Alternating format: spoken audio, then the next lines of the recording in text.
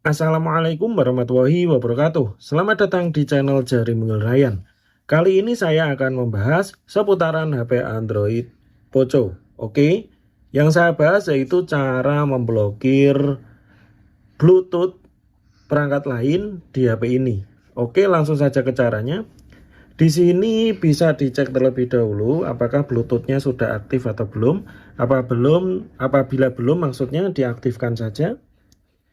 Selanjutnya, kan layarnya ditarik dari atas ke bawah. Di sini ada Bluetooth. Nah, setelah diaktifkan bisa ditekan dan tahan di Bluetoothnya. Kan muncul seperti ini. Oke, bisa dipilih setelan lainnya.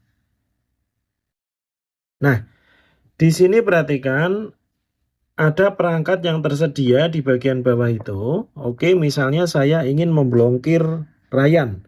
Oke, saya pilih. Selanjutnya kan muncul seperti ini ya. Di sini bisa saya blokir saja. Oke. Kemudian saya oke.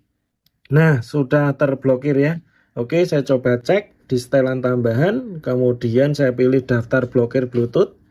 Nah, sudah terblokir. Oke, jadi seperti itu ya caranya ya. Oke, sekian dulu tutorial kali ini. Semoga bermanfaat. Terima kasih. Wassalamualaikum warahmatullahi wabarakatuh.